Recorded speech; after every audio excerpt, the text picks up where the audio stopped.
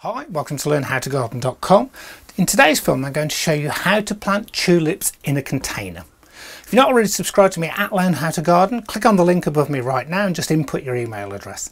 Every single time I put up a written post we can let you know. You get access to the free monthly newsletter. You can find out all about the gardening club at Learn How to Garden and also those specialist courses that we run if you want to improve your gardening skills. We're in November and November is the perfect time for planting these. These are tulip bulbs and it's the perfect time for two reasons.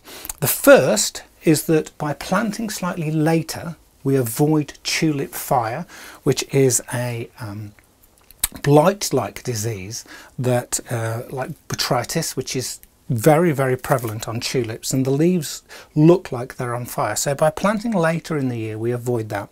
And also because it's later in the year, a lot of the tulips are on half price, which is fantastic. So you actually get far more for your money.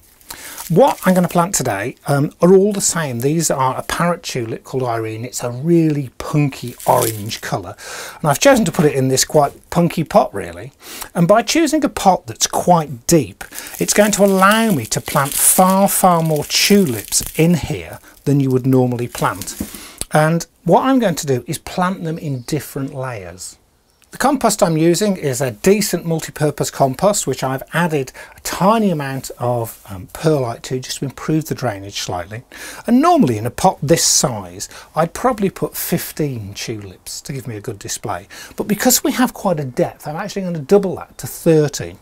And the first layer I'm going to put in at about here, about 8 inches down from the top. And it's just a matter of placing these bulbs obviously root side down, about 2 centimetres away from the side, go round in a circle making sure that none of the bulbs touch. Once the first layer's in, and there are 12 bulbs in that first layer, but because the pot widens we can get more bulbs on the next layer. Cover those and we come up about 3 inches above them.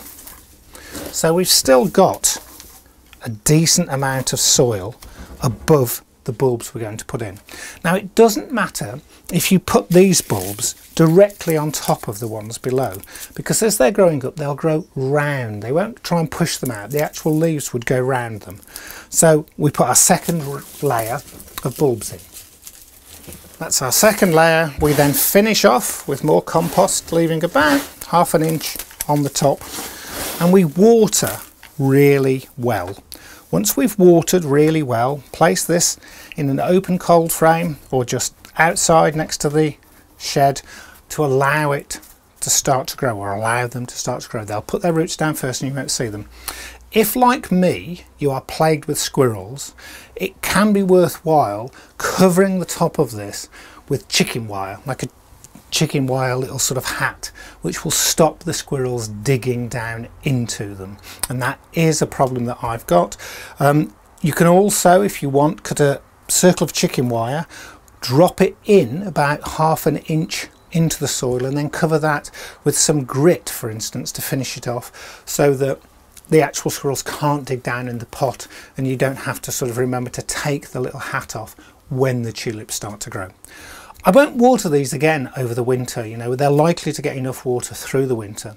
But once they start growing, if we have a very warm spring, I'll probably water them about twice a week, and after they've flowered, then I will pick off the flowers once they're finished, and I will feed it with a high potash feed once a week until the foliage naturally dies down.